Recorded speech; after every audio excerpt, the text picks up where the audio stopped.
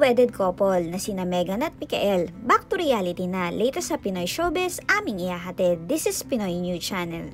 Cool, simple at intimate, yan ang aming hatol sa naging wedding ni na Mikael at Megan. Ang ganda-ganda ni Megan, napakasimple ng kanyang look. Marami ngang nagsasabi na dapat bongga ang kasal dahil isang Miss World ang pakakasalan, pero di ito nangyari. Dahil sa totoong buhay naman ay malayo sa pagiging glamorous si Megan. Gamer and geek ang couple na ito.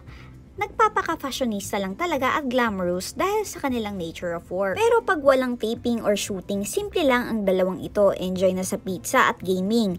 At ngayong bagong kasal nga sila, ganito lang sila kasimple. Bonding lang sa kanilang bahay kasama ang fur baby nila na si Soba.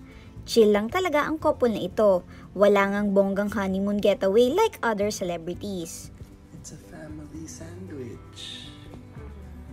Look at that.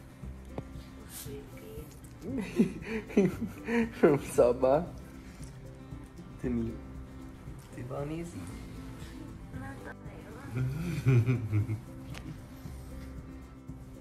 Hello.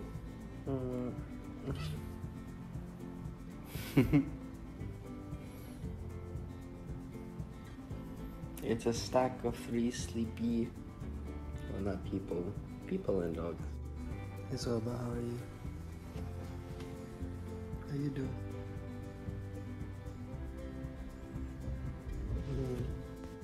Mula po sa Pinoy News Channel, congratulations muli Megan at Mikael. Maraming salamat sa inyong panonood mga ka-PNC. Huwag kakalimutan mag-like, comment, at subscribe at i-share po ang video na ito.